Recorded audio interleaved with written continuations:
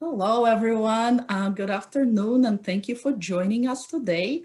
I see some folks are joining, so we're just going to go ahead and get started as folks join, just so that we can keep the conversation on time and going.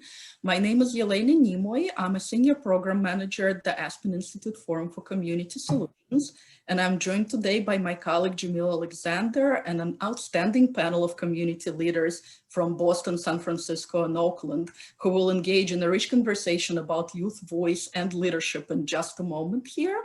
And before we jump into the conversation, I would like to take just a few minutes to frame our discussion.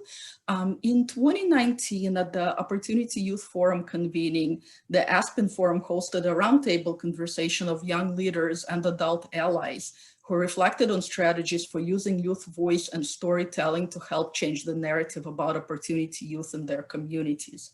And then a few weeks ago, we released a report that documents that roundtable, but since that conversation took place, the world has drastically changed. And as communities and opportunity youth in those communities are contending with the ongoing profound impact of the three pandemics of COVID-19, the economic downturn, and structural racism and ongoing acts of violence against BIPOC communities, we wanted to bring these leaders together again with the backdrop of that context. And today, they will continue to reflect on the evolution of their work and those themes of storytelling and healing, power sharing, and mutual accountability between youth and their adult allies, and strategies for fostering healthy spaces for young people to grow into their power. So we will kick the conversation off with a panel of young leaders, and then that will be followed by a panel of their adult allies, and we will have time at the end for questions and engagement. But in the meanwhile, please feel free to add any questions you have into the Q&A section at the bottom of your Zoom screen. And again, use Q&A function, not the chat function, for questions. But if you move to react or reflect, please also feel free to add your reactions and comments in the chat during the discussion as well. And now I'm excited to introduce my colleague Jamil Alexander, who is a program manager at the Aspen Forum, and he will introduce and lead the discussion with this outstanding panel of young leaders. Thank you, Yelena, and hello, everyone. We're going to dive right into it. Thank you again to these young leaders for sharing the wisdom. First, we have Amanda Sobovich, who's actually the director of the Launch Project at United Way, Massachusetts Bay, and Merrick Valley in Boston. Of course, much respect. Jocelyn Gammon, an artist and community organizer who also works with the Urban Strategies Councils of Oakland. Thank you for joining us. And Dorian Laura, youth advocate at Roadmap to Peace in San Francisco. So I guess when we're going to dive into it in a way where my first question is going to be led towards Amanda. You just recently wrote a beautiful article and you talked about the vulnerability and inherited and within storytelling. You also lead a series of intergenerational conversations in Boston. You ask young adults and people to be born vulnerable together. Can you kind of talk about that process and the connection that you see between vulnerability and power? Sure. Thanks, Jamil. So when I led these intergenerational conversations, I worked with Youth Voice Project, which is a cohort model that I was the coordinator of at the time that focused on youth organizing and resource promotion for opportunity youth in Boston. So these intergenerational conversations actually came from another series of conversations, which happens a lot when you do youth organizing, right? So we talked to young people, and what we heard was they named issue areas. They named them in their schools, in their communities, and in the country at large, right? And then what we also heard, whether it was said outright or implied, was that young people had no space to talk about these things, to say these challenges that they were having and to name solutions. No one was taking them seriously, and they really wanted to be considered and to be heard in the conversation. So we were the only ones asking young adults about these issues and how they thought they could be solved. From there, it was natural for us, okay, we need to create intergenerational space where people feel listened to and people feel heard. So we knew we had to set ground rules. We needed to make the space very safe and welcoming. And so we took that on, all of us young leaders ourselves. And so one of the exercises we did, we asked folks to name biases about the other generation. So we said, like, what biases do you hold against adults? Or what are stereotypes of older people? Or when you were younger, even younger than you are now, what did people think about you? And that really named a lot of problems, right? Like there was a lot of mistrust and assumptions that we were coming into the space in. So those had to get acknowledged and just said. And once you name something and it can live in the space with you, we could get past that and we could get to other things. So our second round of questions was we did a round of like stand up, sit down. So stand up if it applies to you. We asked, have you ever had a negative experience with a police officer? And it was incredibly powerful to see most people in every room we went to stand up. And then who would like to share? And so we tried to evenly facilitate so that young people shared as much as adults. And then it was really powerful because you heard a 21-year-old getting stopped by cops for no reason. And you heard a 40-year-old getting stopped by cops for no reason. And you heard a 60-year-old getting stopped by cops for no reason. And then it wasn't about our age, but it was about this shared experience. This is our issue now, right? And so there's power in vulnerability because you choose what you share. You get to control what you say and who is in the room when you say it. And you get to tell the narrative that you want to tell, right? So, for example, I dropped out of high school. And for a long time, I thought that that was shameful. And I was told to be ashamed of it, right? And then when I started to tell people and own my story that I left a high school that didn't work for me, then I got to change my narrative and I got to change what people thought about me because of that thing. And then I found a community of other people who were like, yeah, high school didn't work for me either. And then I found other people and I didn't feel alone because I got to think about it in myself, choose when I told it, choose who I share it to. And then I'm not alone. And then I know it's okay to be me in that way in this space, right? And so I'm always honored to hear someone's story when we were doing these conversations or now. When people tell me things about themselves, it is special.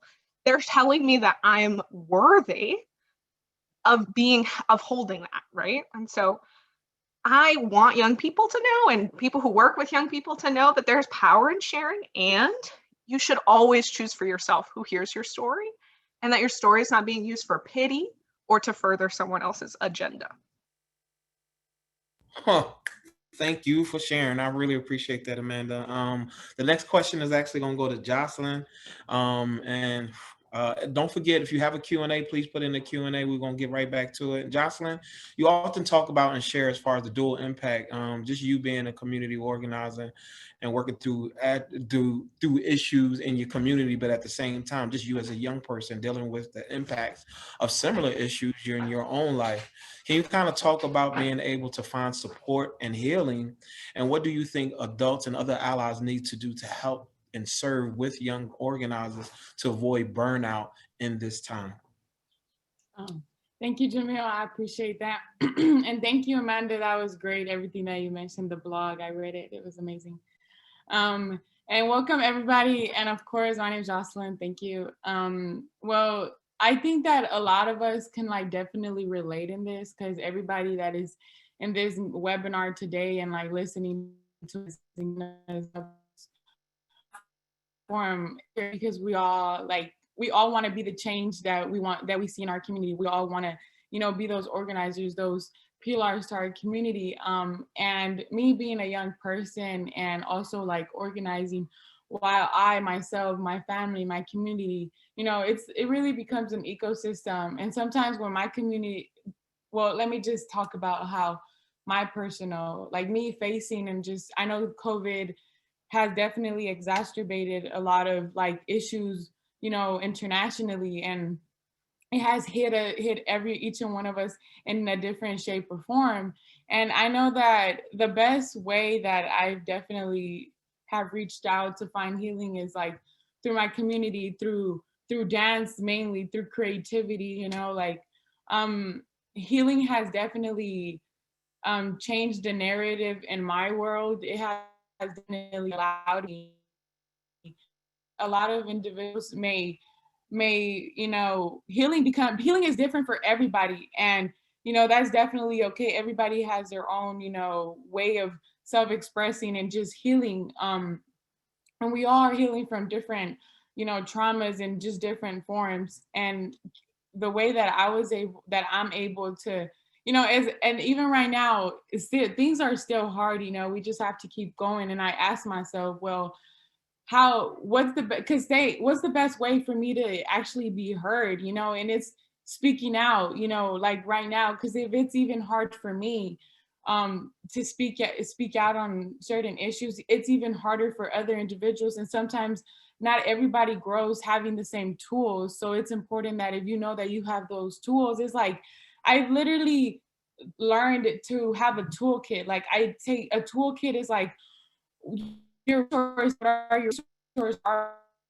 opportunity to speak out, against everything that we're all going through. So that's how I really started looking at myself, just through my own personal upbringing. I asked myself, well, what do I have in my toolkit? What can I use in my toolkit that can help me get out of this hole, and that could also help me and allow me to become a voice for those that are also being unheard, of course. And everybody, and just when I'm talking with my friends, it's like I'm not the only one going through it. And sometimes because everybody walks around feeling some sort of depression, and everybody feels that everybody's overwhelmed, everybody really feels that fatigue. So what's important, what can we really grip onto to find that healing, and it's of course having these conversations, having open-ended conversation and giving the floor to everybody. I definitely like doing spoken, doing poetry. I know all of us can really relate to like taking pictures or just going outside and just being in the nature. That has definitely been a form, and even me like having this conversation, it's still a path to myself. It's like a journey because I'm still figuring things out. And I think that that's really important for the youth to really understand that we're still figuring things out. And I, as myself, I had to really recognize like I have two roles. And, sometimes I even have a sticky note because sometimes I have to really remind myself, like affirming myself of who I am and what I'm doing for my community and what I'm going through. I wish I could show you guys like my wall right now. I have like sticky notes all over to remind myself because, like sometimes you may lose yourself in all of this work, but it's important to center yourself. And it's conversations like this that allow me, because I'm being heard. And that's a big concept that I always take with myself. Like, how can I make sure that I'm being heard and that those needs are really also fulfilling my community needs, my family's needs, the future generation. It's always keeping that mindset of like thinking the future generations ahead, because those are, they are the future. We are the future. Now I'm a youth leader, but I feel like I'm stepping into a higher level, of course, with the organizing. Now I feel like I'm also just a role model to the younger generations too. So it's like, how can I check myself and how can I make sure that I'm not burning out? And it's having these conversations, like Jamil, the other day we were having a conversation with, other members, a part of like this webinar, and just how Amanda was saying, it's about having that space and the connectedness, that room where us youngsters, youth leaders can connect with our adult allies, like, and understand that we have these similarities, and just having those conversations, like, you're not alone, I'm burnt out too, we're burnt out together, let's find a way to really like to heal, to not feel alone, because I know that after this, I'm going to feel so relieved, I'm going to feel relieved that I'm able to speak about this, because organizing, sometimes organizing it's very broad, we organize from different lenses, from different layers. And who talks about this, that's the unsexy part of this work, and I learned to understand that, it's not always cute and, oh, I'm going to do this. It's also that work behind, because these issues are real, it's not performative at all. And me, like, having to take a look at that, because there is a lot of performative activism out there, and it's important to like really highlight it and make sure that, these issues are are being taken serious at a local, state, and federal level? And how are we making sure that behind the scenes of the work that we're doing, we're being taken care of, we're being healthy human beings? Because sometimes it's important to wake up every day and ask yourself, how am I really feeling? Like, ask yourself really, how am I really feeling? Because sometimes we've grown up to like, personally, me speaking, I had to grow up and be like, worry about my feelings later. I gotta get to work. Like, now that I'm like really growing up, and I'm really doing this work, I don't feel myself. Like, I don't feel like I'm being the light of the room. I had to really ask myself, am I being a healthy human being? How can I save my community when I'm not being as human being? You know, it's a really a reciprocation, and you have to really mirror that. And you know, I think that I went everywhere, but I think that how can adults and other allies help us youth organizers is definitely like hold this space and understand that we're all being impacted. You know, like the way, you know, everybody's issues here, they're my issues too, because it comes down to the universal line that we all get to that. But yes, thank you guys. Thank you for sharing, Jocelyn. Much respect and those tools and those tips. We're gonna get to those questions as well. We're gonna keep diving into it. Dorian, can you tell us about the roadmap to Peace Fellows and your own experience in the program, and even your role as a youth advocate? You are now working with the young people and preparing them for leadership, right? And could you also just kind of sharing with the whole entire RTP roadmap for Peace Network to be more focused on youth leadership, and how do we continue to create a culture that fosters youth leadership and opportunities in this continuum that we all continue to grow in? Yeah, thank you, Jamil. And as well, thank you, Jocelyn and Amanda, for saying those powerful words, man. And so, again, my name is Dorian Lara. I'm the youth advocate for Roadmap to Peace. And so a little bit of my own experience.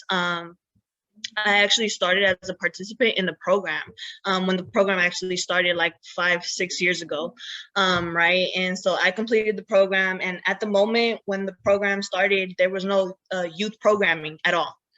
There were just, you know, care managers providing these services to young adults and then that was it, right?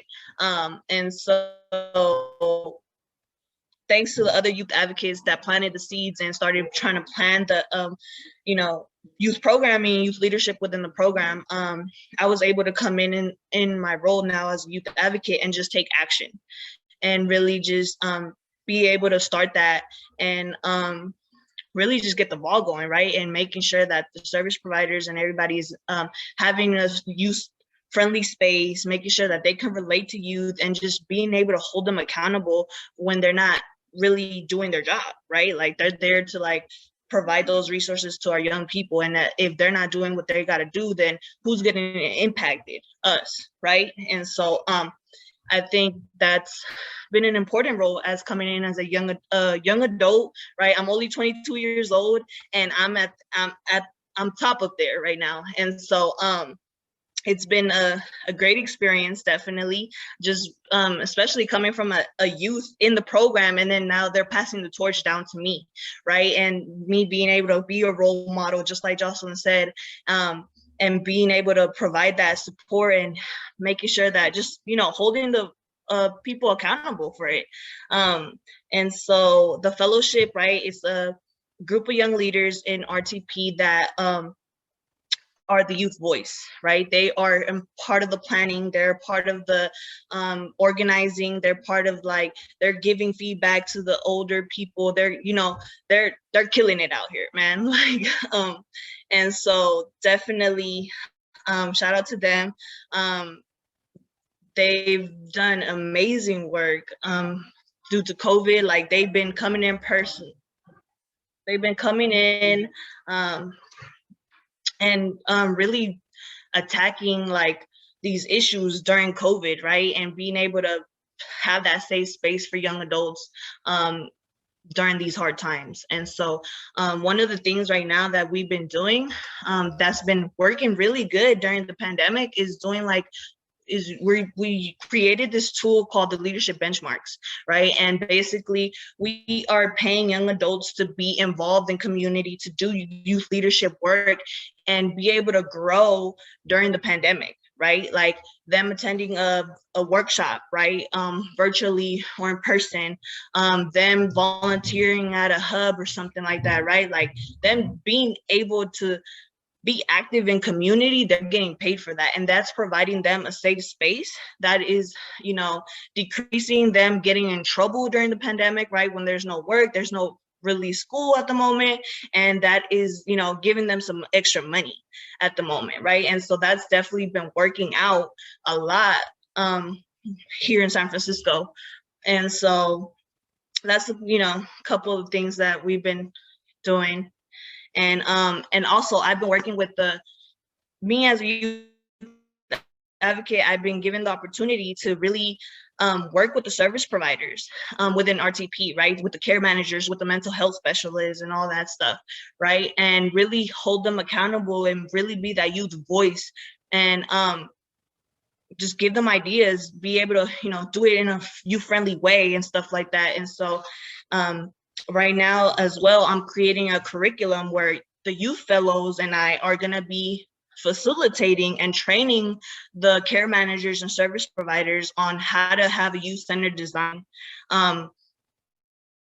right? And making sure that their space is youth-friendly, right? Making sure that they can relate to the youth, right? Making sure that they can, you know, just be able to work with a young person in the work world, right? Like, and so, yeah. Woo! Thank you, Dorian. Appreciate it. Y'all sharing some jewels. And so I'm gonna keep going. Time is limited. We got another panel. So Amanda, we'll kind of get to the Q&A. Amanda, of course, all of you are in leadership roles, and even thanking you as far as the program that you lead serves Opportunity Youth, and as in your leadership as the director that brings young people to the table to provide input on program design. Can you kind of talk about the vision and your vision of the continuum of what the engagement should look like? I almost feel like everybody's kind of tapping into it, but at the same time, just sharing more powerful and equitable ways to make sure we do this thing right. Yeah. Thanks, Jamil. And thank you, Jocelyn and Dorian. I feel like so many things I was going to say were already said. I'm like, yes, this is great. So to me, I think the field has made a lot of progress since I joined it. So when I started Youth Voice Project, when I met Jamil and Yelena, I was 21. I had never spoken publicly. I'd never gone to a conference. I think I'd been out of the state without my family. So I was like, this is a wild experience. But it was like pulling teeth to get folks to even bring young people to tables. And that was just to get them at the table. That wasn't to prepare them for the table or anything. So now I see a different kind of halting point than I did when all those years ago, right? So the continuum should certainly start with engagement. Like you need to invite youth to tables and you need to give them access to the power that those tables hold. But what's also important is that we don't end it there. It needs to grow. We need young people to get developed and to bring them into more spaces, share power in those spaces, and then giving over ownership. Like we do not need to own everything. You know, for me, when I started, I was a peer leader with Youth Voice Project, and then I was a senior peer leader, and then I was the project coordinator. And that meant once I was a coordinator, I could like have a say in the interviews or like know what our budget looked like. So many things that we gatekeep because we put a limit on what we think young people can do. And I needed professional.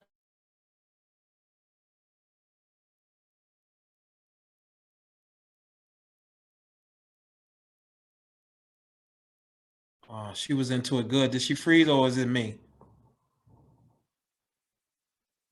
Oh, Amanda, come back, please. Well, when she come back, she can finish the thought. Man, she was dropping some jewels. So we are live. I want to make sure we keep going. When she comes back, we'll make sure we acknowledge that question again. So Dorian and Jocelyn, if you don't mind, when you think about your own transition to leadership, you kind of talked about it a little bit, but just kind of dive deep real quick as far as the personal, professional growth. Does the concept of leadership continuum even resonate? Like, how does it feel? You know what I mean? Anything you've seen adult allies do or something they should be doing to create healthy, safe spaces for young adults to grow into these leadership roles. Any thoughts around that?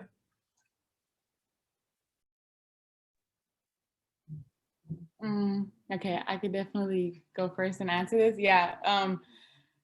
You know, speaking personally, you know, always go first with that. I would say that the question is, or maybe something.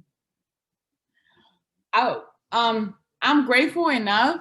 Also, I sometimes, you know, I don't know. I think we're all familiar with Snoop Dogg, how he always says, he said, I thank me, you know, for doing the work. I thank me. And I think that I've, personally speaking, I've always made sure to, like, I'm not scared to ask questions, you know, I'm so curious. I am like, you know, it's no, when people say it's really no dumb question, it's really no dumb question. So I ask, now I'm getting into this space where I always ask questions, but now that I'm getting, which I'm grateful that if it's an adult ally, I always, or I see somebody that I want to be like them one day. I ask questions like how, you know, always ask questions. And that is one thing that I always advise everybody, like, it doesn't matter. And just to be definitely, don't be afraid, you know, but just really to answer this really quick though is, now that I'm getting into this space where I'm also being like a leader and I have to like really like kind of train and do workshops and lead, you know, the youth on how, you know, to create and just have conversation with adult allies. It's always to make sure that sometimes, you know, adults, and I had this conversation with, I think Jamil was there too, Yelena was there too, and we kind of, we're overwhelmed, you know, like us the youth, we get overwhelmed, but sometimes we see the adult allies, like they handle it so well, you know, and sometimes it's okay for us to know that we're all overwhelmed together. And I think that I'm speaking from a household where I also, you know, my family, it was very hard sometimes to be lovable to one each other, you know? So it was kind of hard for me growing up and like having those relationships and just talking, but because I didn't really have that at home, I learned it outside of home. And I took this to my home. And now that's really that growth, the professional and personal growth. So it's really like, just really sometimes softening up a little bit, like it's okay, like I'm going through it too, we're all going through it, we're all going it together. Like it's like we can stop fake, you know, sometimes we have to stop faking it and just really tell, like, and it's important to have these conversations because it's healing. And I meant to say this earlier, but healing is a political act, you know. It's important to heal, to get that confidence, to get that self-sufficiency and like heal, because it's like we all have to. And I always go back to like the immigrant rights movement, how the dreamers, there was the dreamers, the youth that really went out there in Texas and Arizona and California, everywhere, and they said, I'm unafraid, I'm undocumented. And then that motivated the adult allies. Then we started seeing adult allies come into the movement and speak against this and say, I'm unafraid and I'm undocumented. I'm here to like fight, you know. But because back then, and I mean, and it still happens today, it's still like sometimes adult allies, they get, I don't really know what the word that I'm trying to look for. This question really reminds the immigrant rights movement, how the youth really started the movement, and then the youth really motivated the adult allies to speak and be unafraid. And that just really speaks of the power that we all hold collectively, you know? So definitely I could give Dorian the opportunity to say something.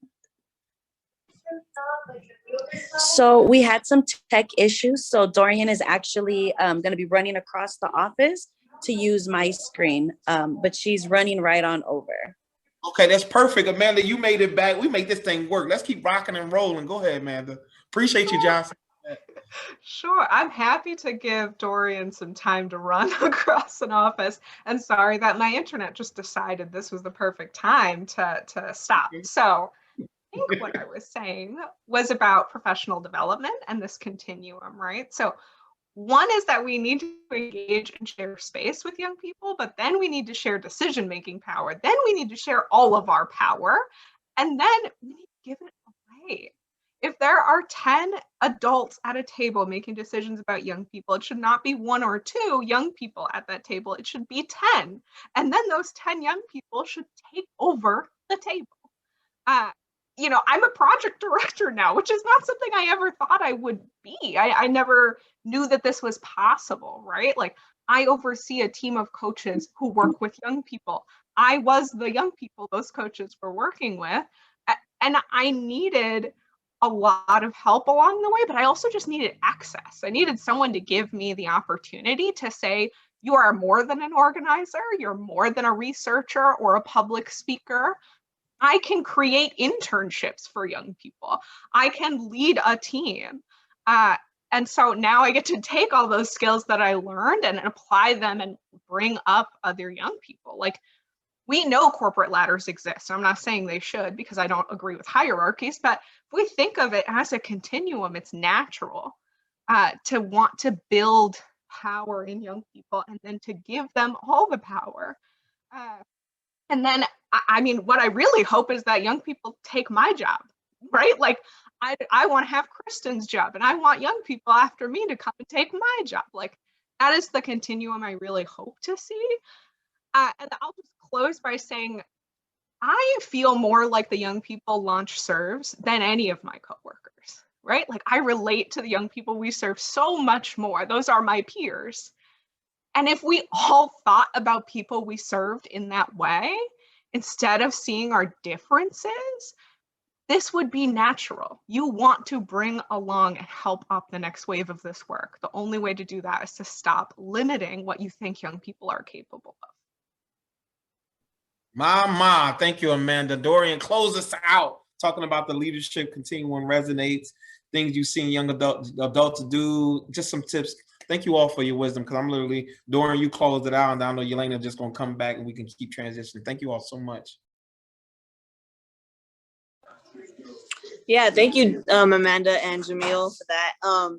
So just some quick little tips and stuff like that, and just let the young people be at the table and really let them be able to make the mistakes, right? And just support them through them. It's okay. It's okay. That's the way everybody learns nowadays, right? Like, you make your own mistakes and you learn from them, right? Like, don't be hesitant to really give that power to a young person. A young person knows what they're doing a lot of the times, right? They just, like Amanda said, they just need that access. They need that support, right? And so don't be afraid to be that adult ally that supports them and really, is down. And, yeah.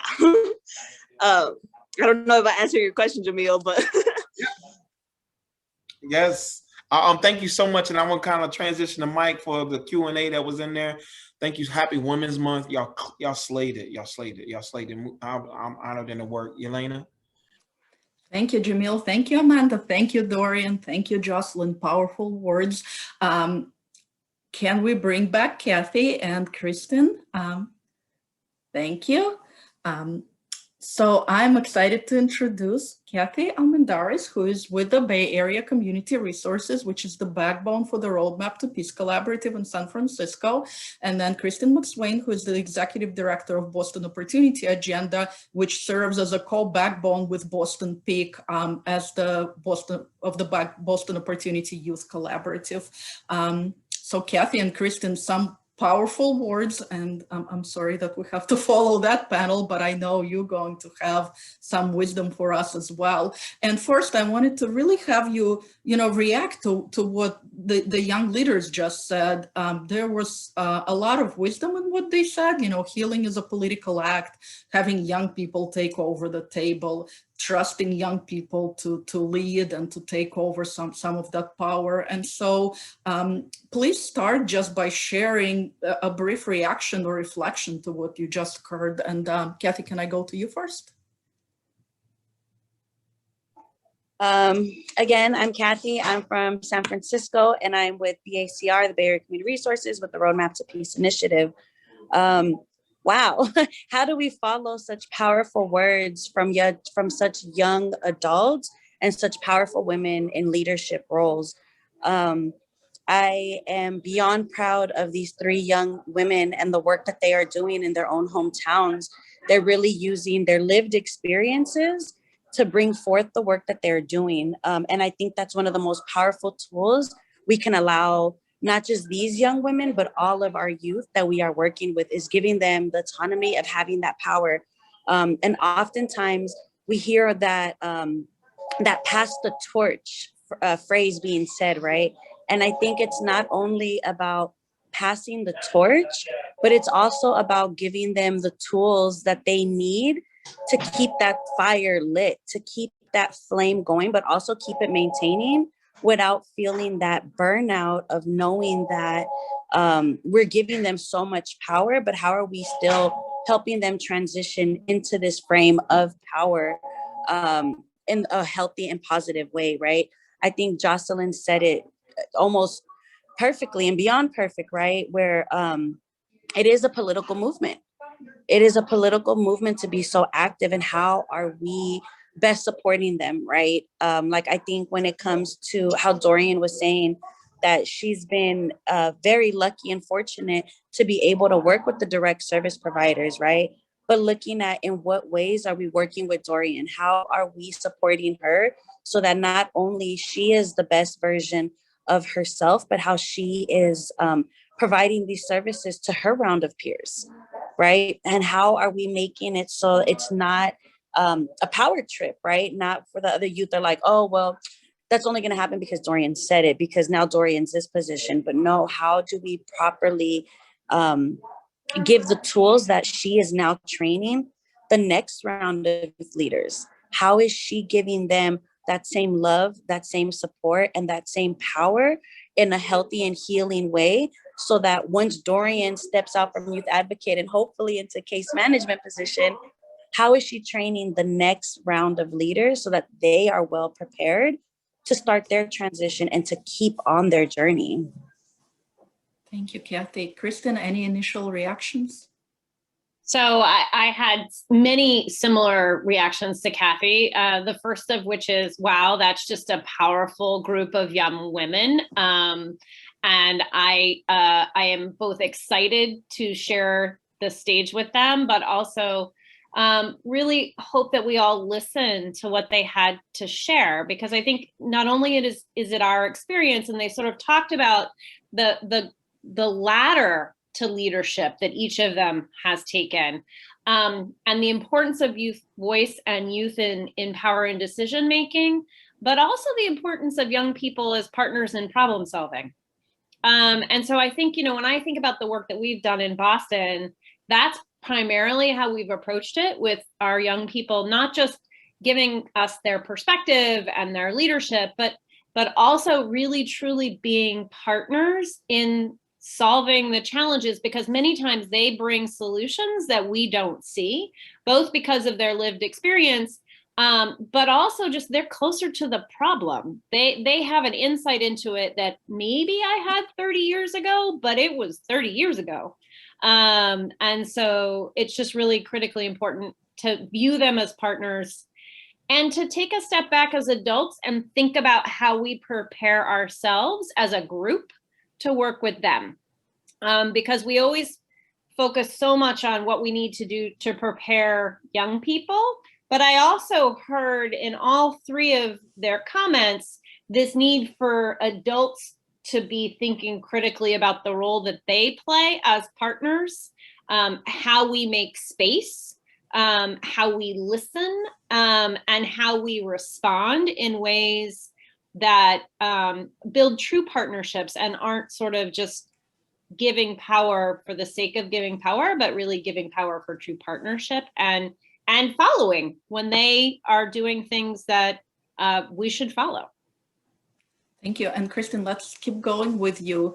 One of the things you've shared many times is that you've been really intentional in Boston and how you really designed your approach to youth leadership, and how that approach then spread across the city and really influenced the whole ecosystem. Amanda just said You know, it was like pulling teeth to bring young people to the table, to get adults to even accept that. So can you talk about what the history of that work looked like in Boston, and how you were able to structure it and really move the ecosystem to the place where it is a normal and accepted way of doing things in Boston, that young people should be at the table and that young people should be part of those solutions, because as you said, they're closest to the pain, and so they're closest to the solutions.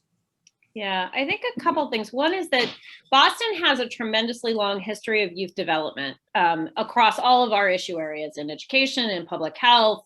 So there's been a long history, and because there has been a long history of youth development, when we first started as the backbone, we knew that we weren't the experts and that we should hire an expert to work with us. So we used some of our grant money to run a request for proposals. And two things were really important to us. One is that all of the young people who participate needed to be paid. We were all paid as professionals to be at those meetings. None of us were volunteering. And so that was really an important piece for us. And that young people were given the tools, so whether that was trainings or whatever kind of developmental support that they needed, to do focus groups with their peers, so that they weren't just giving us their own individual opinions, but they were representing the viewpoints of their peers. So really thinking about it from the very beginning of its structure as a leadership opportunity for young people who participated in the project. But there were some things that we got wrong, and our young people were very clear when we got them wrong. And one of those was, we didn't think enough about the ongoing support that these three young women just so clearly articulated was going to be needed for young people. So we didn't think about, well, you know, you're the youth leader, we should probably make sure you have your own plan. We just thought about everybody else's plan. And so for us, it was equally an evolving learning opportunity for us as adults who have sort of forgotten what it's like to be a young person and what we might need in terms of support. And then we encouraged our young people to go out and build relationships with the other youth development organizations, so that we were really looking at this culture change, not only within the youth development program that we were partnering with and that was producing the Youth Voice program, but across all of the youth serving organizations, so that we could really together cultivate this desire to have youth in leadership positions, not just their voice be present, but really offering them the opportunity to lead. And while Amanda says that she could never have imagined herself in this position, I certainly did. Because I think that it is a natural outgrowth of all of the work that she's done and the stuff she's pushed us to do as adults. And you can see it through the partnerships that have been built in the city across all of our variety of youth development programs. Thank you, Kristen. So Kathy, next question is for you. I've always been just really impressed about how intentional Bay Area community resources and roadmap to pieces to create those pathways for young people to go from participants to leaders to staff. And you just expressed that hope for Dorian as well. And I know that you designed a lot of the fellow pathways. So could you please talk about, you know, how you created that space very intentionally to provide young people with those skills to support that transition from participant to young leader to hopefully staff one day. And you also, what I was really struck, you talked about hope a lot when we talk about this pathway, and that it's so important for young people to have that sense of hope. And so as you talk about the roadmap to peace pathway and how you're helping young people develop those skills, because you also talk about how you're instilling that sense of hope in young people and what are some of the strategies you're using to do that? Yeah, thank you, Elena. Kristen, I think you hit a lot of it on the head too, right? About one of the biggest things that when I came into this youth advocate role, before I stepped into my case management role, was I was told, okay, here's a list of youth, bring them to the office. And I was like, oh, how am I going to do this? Like, okay, let's work on it, right? So it was a way of structuring things that were going to be eye-catching to the youth, right? Not only in fun ways, but allowing them to do things that maybe they hadn't participated in, right? So one of the biggest things with Roadmap to Peace is the cultural competency that we have and holding cultural and traditional practices very alive in our spaces, right? So it was just a lot of building with the youth and letting them know that I was going to be a trusted person who wasn't here for a short time. Like I was going to be here for a long time. I was in it to win it with them, right? And when we started doing some of that work and looking at how we could bring in the youth, a big part of it was creating a pathway that we created as the Youth Fellowship, where that was designed for participants who were already actively engaged but wanted a step up in the organization. How are we going to make them feel more acclaimed to this organization? How are we feeling that? How are we making them feel supported and welcomed in the organization, right? So part of that was not only are we going to have this fellowship opportunity, but let's pay them. Let's pay them for this work, because I come to work 9 to 5, Monday through Friday, and I get paid for this. Why are we not paying the youth for their input, for their thoughts? And why are we not paying them for their work? You know what I mean? We shouldn't expect the youth to do it for free when we are paid to do it. And that was one of the big things that we saw, right? But also looking at how are they reaching these benchmarks. So we decided, and what we planned for was that when the youth were coming in to meet with the youth advocate, they were not only meeting with me to see how they can further their engagement, but what ideas did they want to see happening in the organization? What are things that they wanted to see happening? What were things that they wanted to tackle in their day-to-day lives while being supported by the adult allies? So a lot of that work was really trying to figure out, one, how do we get all adult staff on board to be adult allies, right? How do we get all the working adults in the space to respect the youth in the space, and not just respecting their presence, but visually respecting them too? Like, are we putting a bunch of artwork that maybe isn't connected to the youth, or are we putting up art that can connect the youth to themselves, but to this space, right? So once we kind of got that on the go, we were able to start with a group of, I believe it was 4 youth, and Dorian was one of them.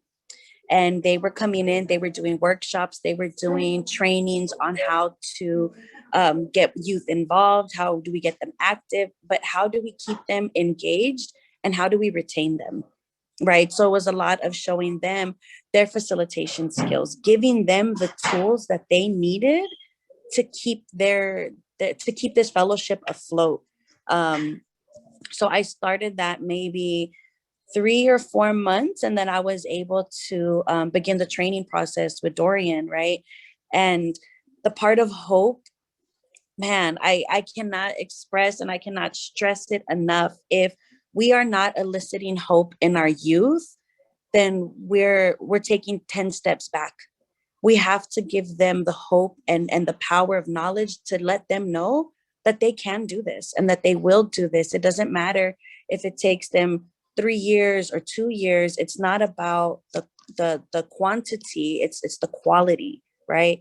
It's how are we best preparing them for this journey.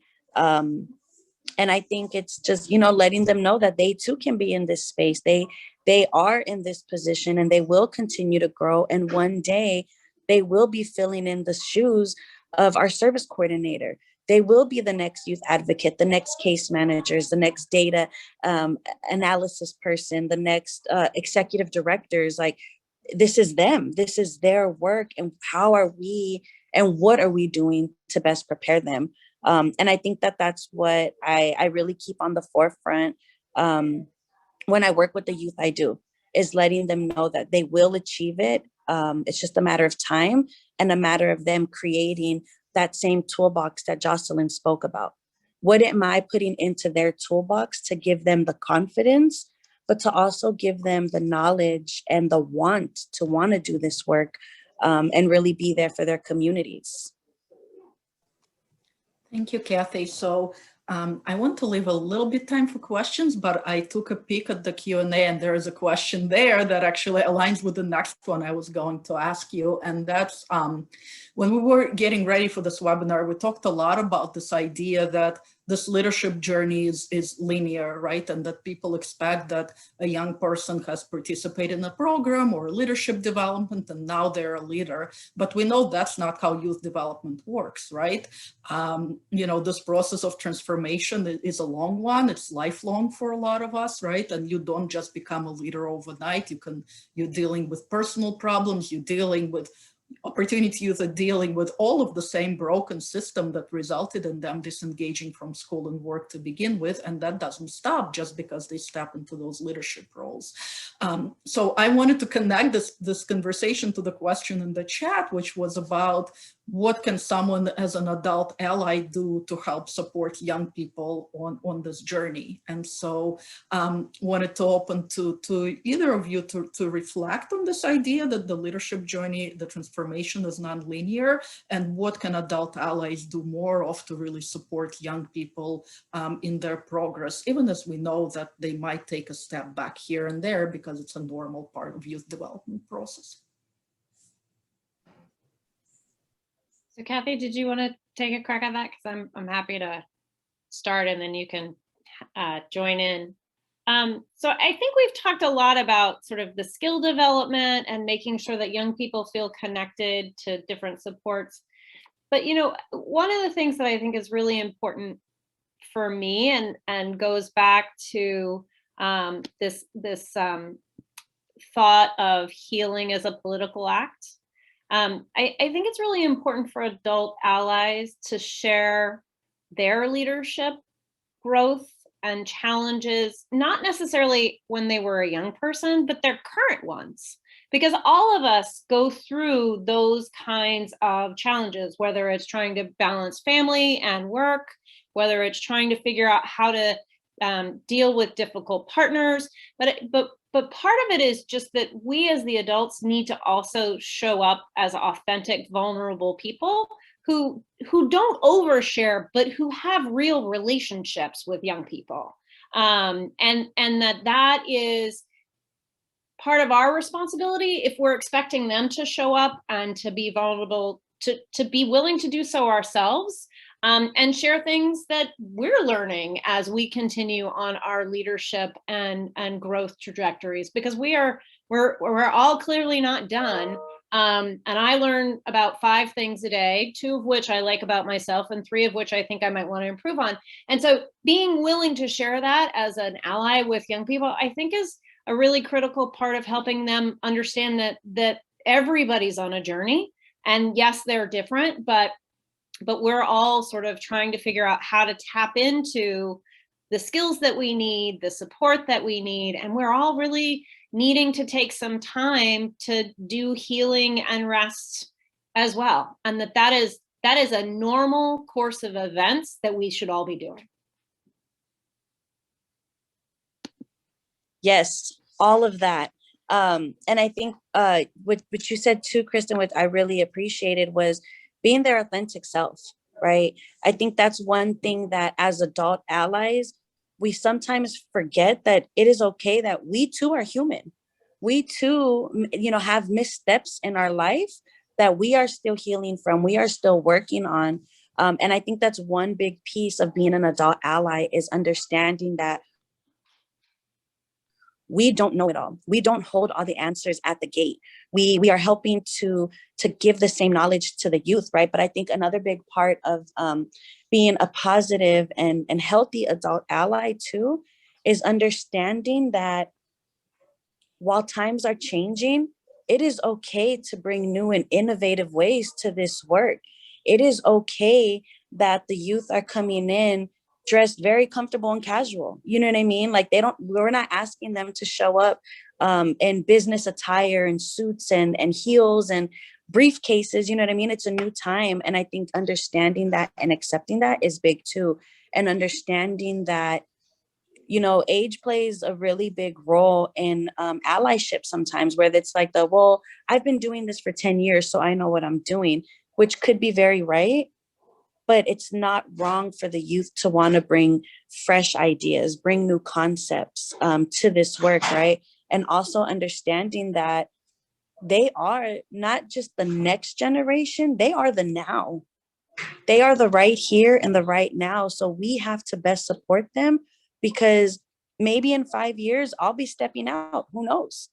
And I have to be able to give that transfer of power, but also that hope to the next person that they're going to be able to do it, and they'll be able to do it just fine, because everyone brings their own flavor to the work. And it's just acknowledging how we can add those flavors together to make something amazing, to make something expressive and creative that really is working for everybody.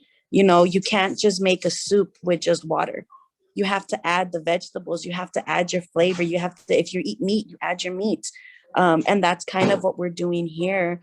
And that was my hopes for the youth fellowship, was that we all come together and we make something hearty, something flavorful, something new age, that the youth feel comfortable, connected, and more willing to want to work with it, because now it's theirs. And I think that's one of the most important things about being an adult ally, is not just hearing them, but listen to them.